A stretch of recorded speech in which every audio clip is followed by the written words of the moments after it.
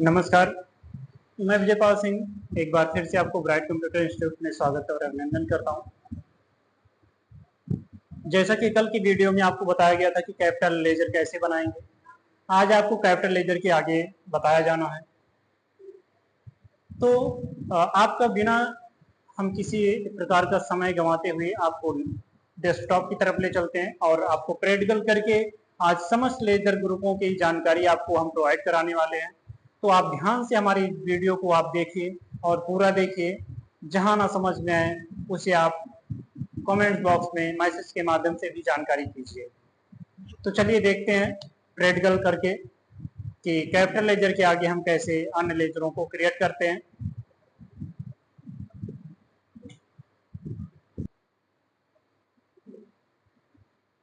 तो जैसा कि मित्रों आपको कल बताया गया था कि कैपिटल लेजर हम कंपनी को ओपनिंग करते हुए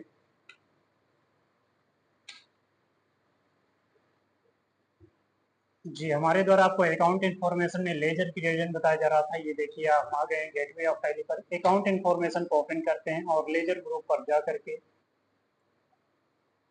लेजर ऑप्शन को सिलेक्ट करते हैं। यहाँ पर एल प्रेस करके हम लेजर ग्रुप को ओपन कर लेंगे। अब क्रिएट के ऑप्शन पे चलेंगे। क्रिएट के ऑप्शन पे देखिए मैंने कैपिटल ग्रुप बनाया हुआ था, जैसा कि कल की डेट में बीपी सिंह के नाम पर एक कैपिटल ग्रुप बताए थे आपको। आज की डेट में हमें कैपिटल ग्रुप के आगे काम करना है। तो दूसरा लेजर ग्रुप जो आपको थ्योरी पार्ट में बताया गया था वो बताया गया था बैंक का, कि हम नेम ऑफ लेजर में डालेंगे किसी बैंक का नाम। बैंक का नाम मान लीजिए हमारी बैंक का नाम जो है, जिस बैंक में हमारा खाता है, खाता खुलवाया हमने, उस बैंक का नाम डालेंगे। मान लीजिए एसबीआई नाम डालते हैं। उसके बाद आगे चलते हैं। एलियास नेम में निक नेम होता है, मैंने आपको पहले बता दिया है।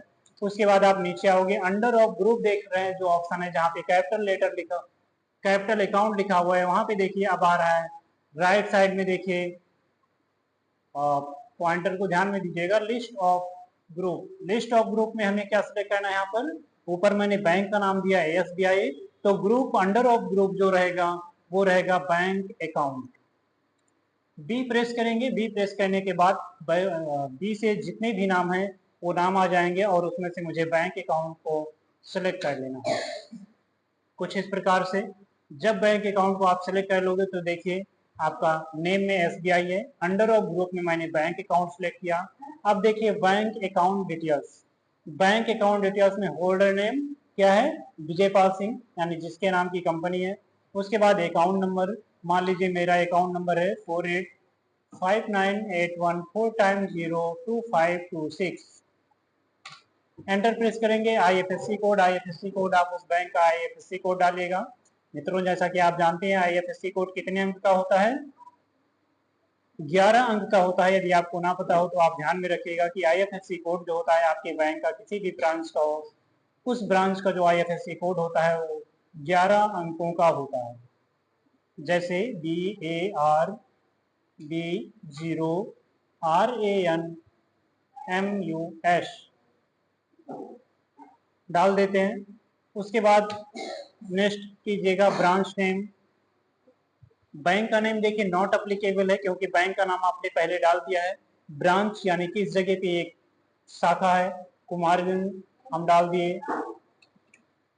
उसके बाद नेक्स्ट करेंगे। अब यहाँ पर बता रहे हैं bank configuration, set cheque books, आपको चेक बुक चाहिए या नहीं चाहिए, है या नहीं, आप नो या यस का प्रयोग आवश्यकता अनुसार कीजिएगा। हम यहाँ नो ही रहने देते हैं।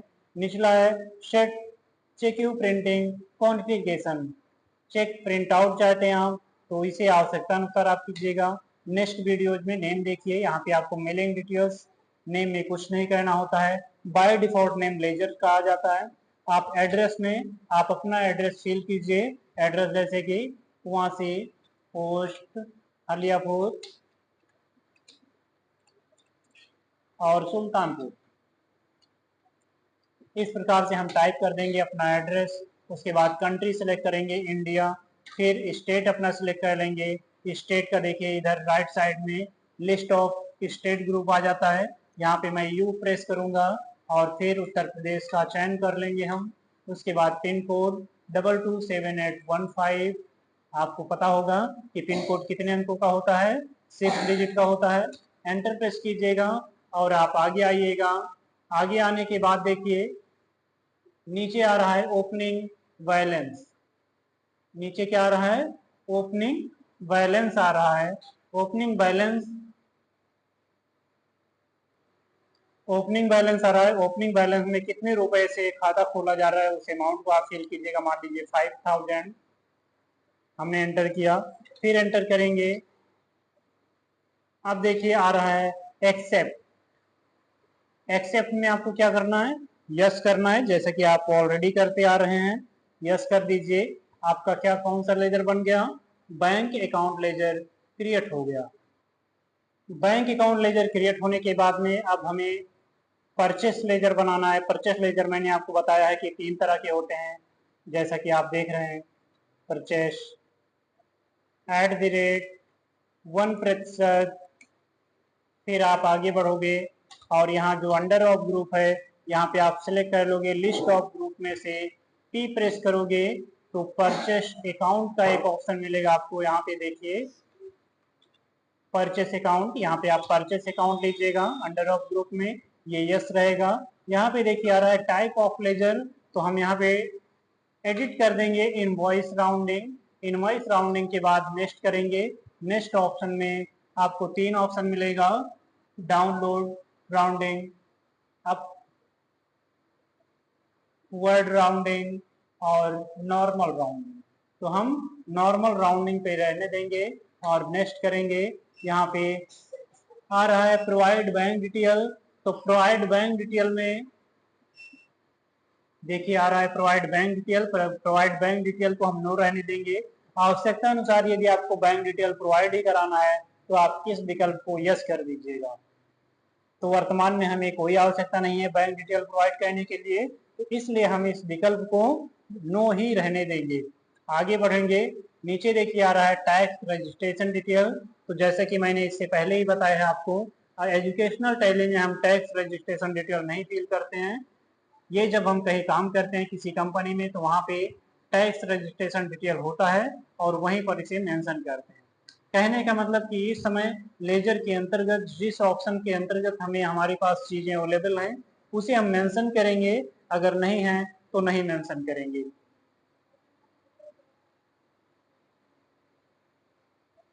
उसके बाद हम आगे बढ़ेंगे। आगे बढ़ने के बाद देखिए क्या आ रहा है, ये ओपनिंग बैलेंस बता रहा है। ओपनिंग बैलेंस में जैसे कि मैंने आपको बताया कि प्रत्येक खाते का कुछ ना कुछ जमा राशि होती है, उस राशि को आपको एडिट करना होगा। मैं डाल दे रहा हूँ 1000 रुपीज। जैसा कि आप देख रहे हैं कितना डाला गया है, 1000 रुपीज। तो 1000 रुपीज हम ओपनिंग बैलेंस में डाल दिए और फिर एंटर प्रेस करेंगे। एंटर प्रेस करने के बाद एक्सेप्ट का ऑप्शन आएगा, उस समय हम इसे यस कर देंगे। अब आप बताइए कितने लेजर बन चुके हैं? हमारे यहाँ 3 लेजर हमने बनाया है। जब आपका परचेस लेजर बन जाएगा, परचेस लेजर की बात जैसे कि मैंने आपको बताया है कि हमें इनपुट वैट टैक्स का लेजर बनाना होता है। अब हम इनपुट वैट टैक्स का लेजर बना देंगे। यहाँ पर इनपुट वैट टैक्स और यहाँ पर रहेगा @1%। आपको मैंने बताया है कि परचेस 3 प्रकार के होते हैं, तो इनपुट टैक्स भी 3 प्रकार का रहेगा। तीनों आप बना लीजिएगा। एक मैं आपको बताने के लिए समझाने के लिए कर रहा हूँ। जिस समय इनपुट टैक्स का लेजर आप बनाइएगा उस समय आप लिस्ट ऑफ ग्रुप में ड्यूटीज टैक्सेस का सिलेक्शन करेंगे। ड्यूटीज टैक्सेस के लिए डी प्रेस कर कीजिएगा आपकी कीबोर्ड से, तो डी से संबंधित सभी ऑप्शन हाईलाइट हो जाएंगे जिसमें से आपको ड्यूटीज टैक्सेस ले लेना है। यहाँ राइट साइड पे देखिएगा लिस्ट ऑफ ग्रुप पर हमारा पॉइंटर चल रहा है, पॉइंटर को देखते रहिएगा क्योंकि पॉइंटर ही आपको सूचित करने वाला प्रतीक होगा। यहाँ पर अदर रहने देंगे, 0% रहेगा। प्रोवाइड बैंक डिटेल मैंने अभी अभी आपको बताया है कि इस समय हमें बैंक डिटेल को प्रोवाइड कराना आवश्यक नहीं है, इसलिए हम इसे नो ही रहने देंगे।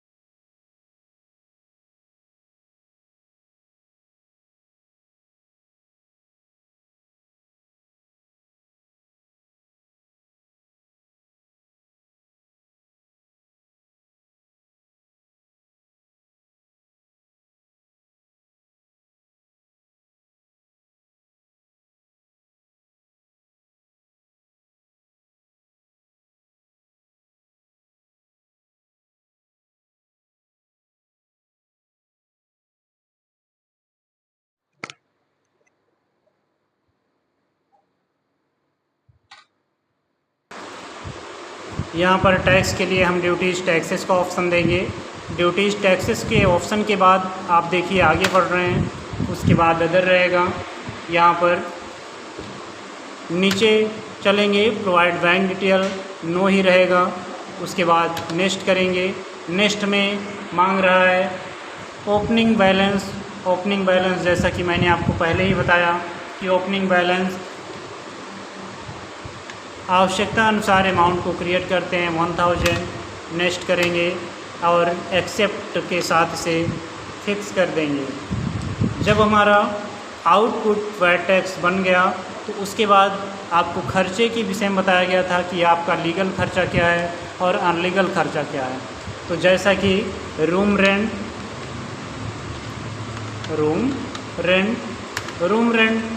जब चलेंगे आगे तो यहाँ पर हम इसके बाद रूम रेंट बनाएंगे। रूम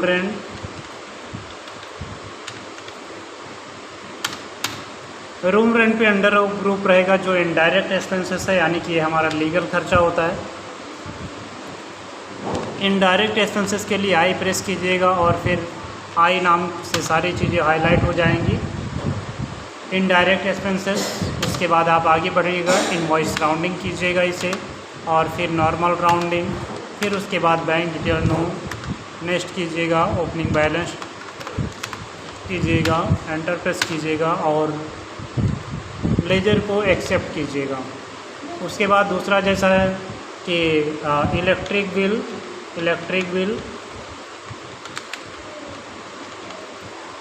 नेक्स्ट कीजिएगा। यहाँ पर भी आइएगा, under of group indirect expenses रहेगा। इनडायरेक्ट एक्सपेंसेस हमने किया है पहले से। उसके बाद आगे बढ़िएगा, नॉर्मल राउंडिंग, इनवॉइस राउंडिंग, फिर उसके बाद नॉर्मल राउंडिंग, फिर आगे बढ़िएगा, बैंक डिटेल नो ही रहेगा। ओपनिंग बैलेंस में 1000 कर देते हैं हम। फिर आगे नेक्स्ट कीजिएगा और इसे एक्सेप्ट कर लीजिएगा।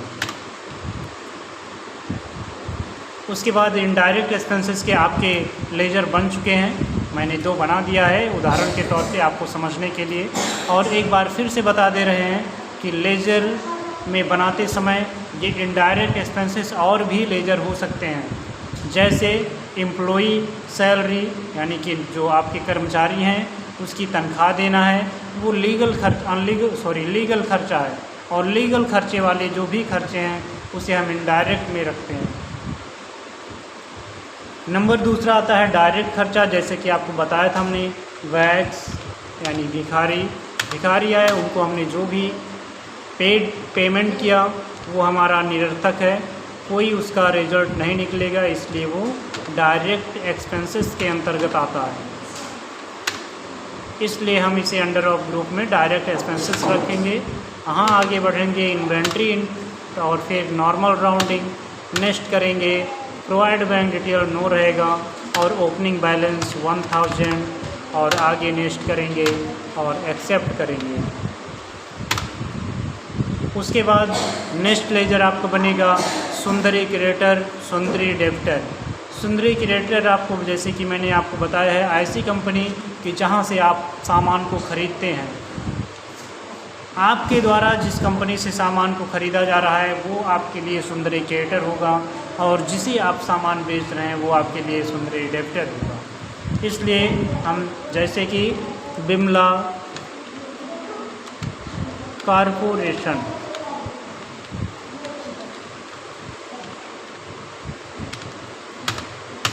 इसे हम कर देंगे सुंदरी क्रेडिटर। यस रहने देंगे, आगे बढ़ेंगे। यहाँ भी उसके बाद आप एड्रेस डाल दोगे कि ये जो बिमला कारपोरेशन है ये है कहाँ पर, आप इसका एड्रेस मेंशन कीजिए। मान लीजिए कि न्यू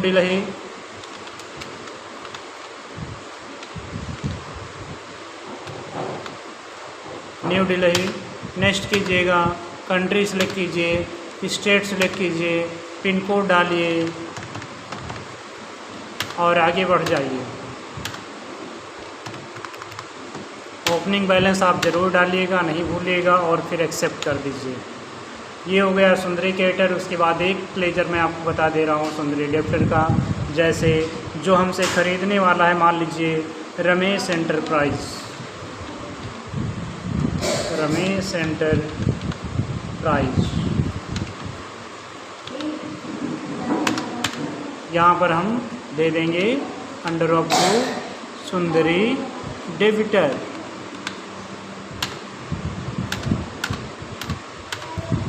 एड्रेस भी डाल देंगे कि जहाँ पर है, मान लीजिए जगदीशपुर,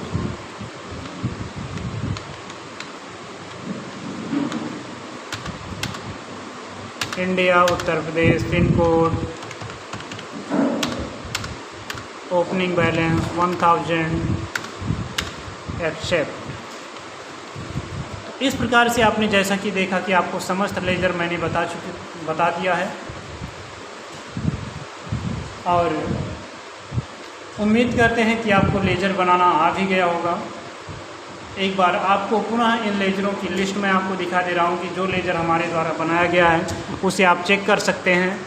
चेक करने के लिए आप कीबोर्ड से ESC बटन को प्रेस कीजिएगा। ये देखिए सबसे ऊपर फंक्शन की के बगल में मिलती है ESC की। ESC की जब प्रेस करते हैं तो आप ऐसे बैक हो जाते हैं, और बैक होने के बाद में जब आइएगा आप तो डिस्प्ले अल्टर पे जा कर के सभी को आप देख सकते हैं। यहाँ पर देखिए, जैसा कि मैंने आपको पहले बताया, अजीत नाम का एक लेजर बना हुआ है जो कि सुंदरी डेबिटर के अंतर्गत है।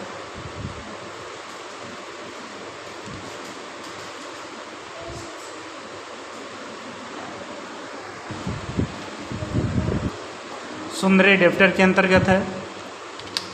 उसके बाद आप देखिए दूसरा है बिमला कारपोरेशन, अभी अभी मैंने बनाया है, सुंदरी क्रिएटर का अंडर ऑफ ग्रुप है इसका। उसके बाद आप थर्ड देखिए, थर्ड में है BOB, जो आपने बैंक अकाउंट सेलेक्ट किया, बैंक लेजर ग्रुप के अंतर्गत बना है हम। नंबर आगे कैश, ये बाय डिफ़ॉल्ट रहता है। इलेक्ट्रिक बिल जैसा कि आप देख रहे हैं indirect expenses under of group में है। हमें क्या देखना है, नेम और अंडर ग्रुप, यानी कौन सा नाम किस ग्रुप के अंतर्गत आता है। इलेक्ट्रिक बिल किसके अंतर्गत आता है, इनडायरेक्ट एक्सपेंसेस के। उसके बाद आगे देखिए आ रहा है इनपुट वैट में है ड्यूटीज टैक्सेस। नेक्स्ट देखिए उसके बाद है input VAT 12, input VAT 4, input VAT 1, नोकिया, sundry creditor, output ledger, duties taxes. Output ledger जो भी है वो ड्यूटीज टैक्सेस में है।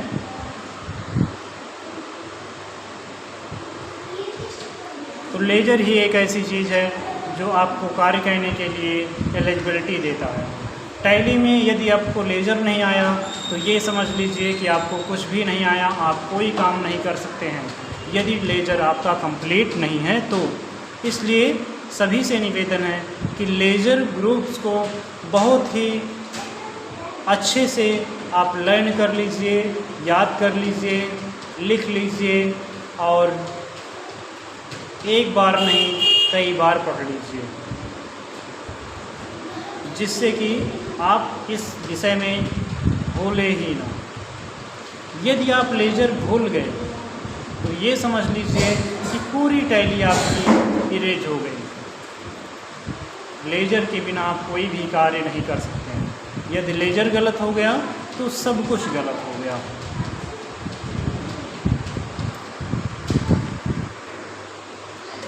जैसा कि आपको बताया गया लेजर क्रिएशन आज मैंने आपको पूरी तरह से बता दिया है। और लेजर को आप एक बार नहीं कई बार बहुत अच्छे से पढ़ लीजिए, याद कर लीजिए, जिससे टैली में आगे ट्रांजैक्शन करने में आपको समस्या ना हो। यदि लेजर आपका कंप्लीट नहीं रहा, लेजर आपको याद नहीं रहा, तो यकीन मानिए मित्रों कि आप टैली पर कोई भी कार्य नहीं कर पाएंगे। इसलिए प्राथमिकता आप लेजर को दीजिए और लेजर को बड़े ही अच्छे से साफ सुथरी भाषा में आप याद कर लीजिए। तो आज की वीडियो में बस इतना ही। नमस्कार, जय हिंद, जय भारत।